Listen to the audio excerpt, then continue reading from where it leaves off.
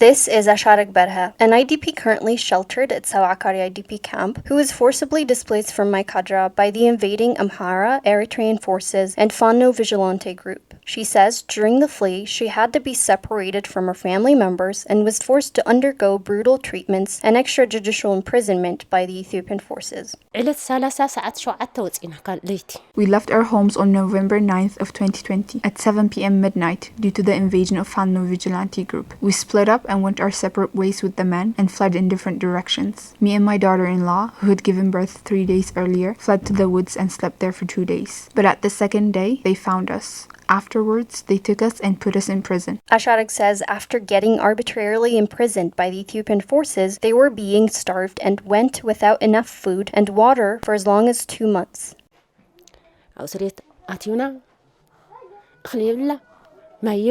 At the prison, they gave us nothing to eat or drink. We were eating some farmer's sesame that was forgotten in there. As a result, we were thirsty to death and they didn't give us water until the second week. On the second week, they gave us a bottle of water and bread for each of our family. After a month, the people who lived nearby started bringing food for us and we managed to survive that way for 2 months. Later on, the Ethiopian forces decided to set us free despite the Fano group's refusal. They took us and dropped us at the bridge of the Kaza River. They said, "Go and get something to eat by yourselves. This is no longer your land." Although Asharak and her family were released after 2 months of imprisonment, her problems didn't end there. She had to face yet other tribulations because of the Eritrean forces. She had to spend 16 days in the woods hiding out and moved to 2 towns until she reached her destination in Shira.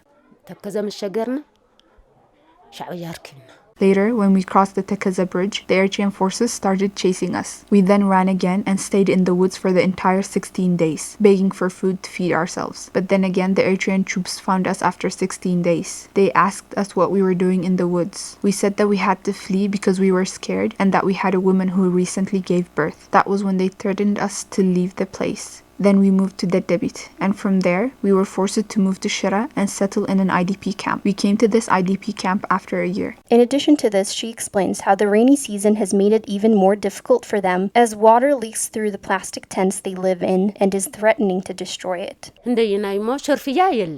There is almost no food supply. I have only received 15 kilograms of wheat for solid 7 months. There's no medication at all. During rainy season, the water drips in through the plastic tents, ruining the place we live in.